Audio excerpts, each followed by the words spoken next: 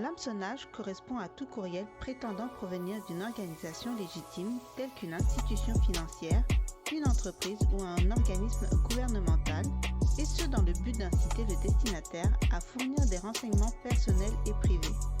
Le courriel peut demander au destinataire de visiter un site web sur lequel on lui demande de mettre à jour ou de fournir des renseignements personnels ou financiers. Au Canada, en 2018, l'hameçonnage était le type de fraude en ligne le plus signalé au Centre antifraude du Canada, avec 4417 signalements pour des pertes s'élevant à près de 100 000 $. Environ une personne sur 14 ayant été ciblée par un courriel d'hameçonnage clique sur le lien ou ouvre la pièce jointe contenue dans le courriel frauduleux. Tous les individus, quelles que soient leurs caractéristiques sociodémographiques, sont susceptibles d'être ciblés par un courriel d'hameçonnage, de cliquer sur le lien qu'il contient et de fournir des renseignements personnels. Toutefois, les femmes semblent avoir plus de difficultés à distinguer une page internet frauduleuse d'une page internet légitime après avoir cliqué sur le lien contenu dans un courriel frauduleux.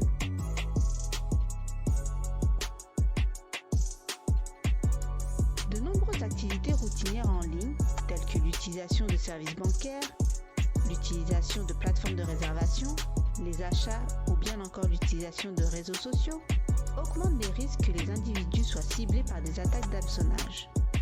Les personnes ayant un comportement de copie numérique, c'est-à-dire les individus qui ont largement recours à la copie, au partage et à l'utilisation de logiciels ou de contenus numériques, augmentent leur risque de devenir des cibles d'hameçonnage. Ces comportements n'étant pas toujours légaux, cela peut exposer davantage les individus aux cybercriminels. Les individus, même les plus expérimentés, ont plus de difficultés à détecter les pages web frauduleuses lorsque ces dernières contiennent des fenêtres pop-up ou des images et icônes en tout genre.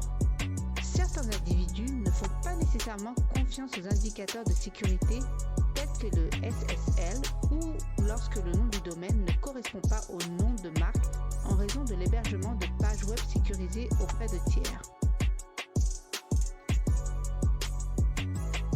En milieu de travail, les individus ont tendance à davantage cliquer sur un lien frauduleux lorsque le courriel contient un message personnel ou provient d'une source connue.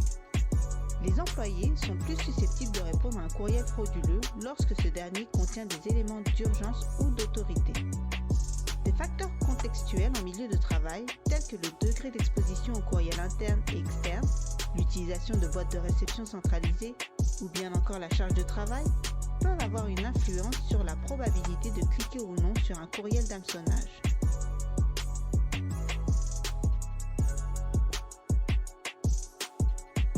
Les formations et campagnes de sensibilisation à l'égard du grand public devraient être poursuivies de plusieurs manières différentes, comme lors du mois de la sensibilisation à la fraude, à travers les médias, par des avertissements et conseils fournis par les institutions financières sur leur site web, ou bien encore par des exercices de simulation afin de reconnaître les pages web ou courriels frauduleux.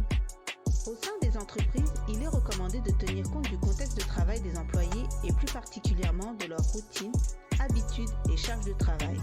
De plus, l'utilisation d'outils d'aide à la prise de décision, tels que des avertissements ou bannières sur les menaces, peuvent constituer une aide précieuse pour ces derniers.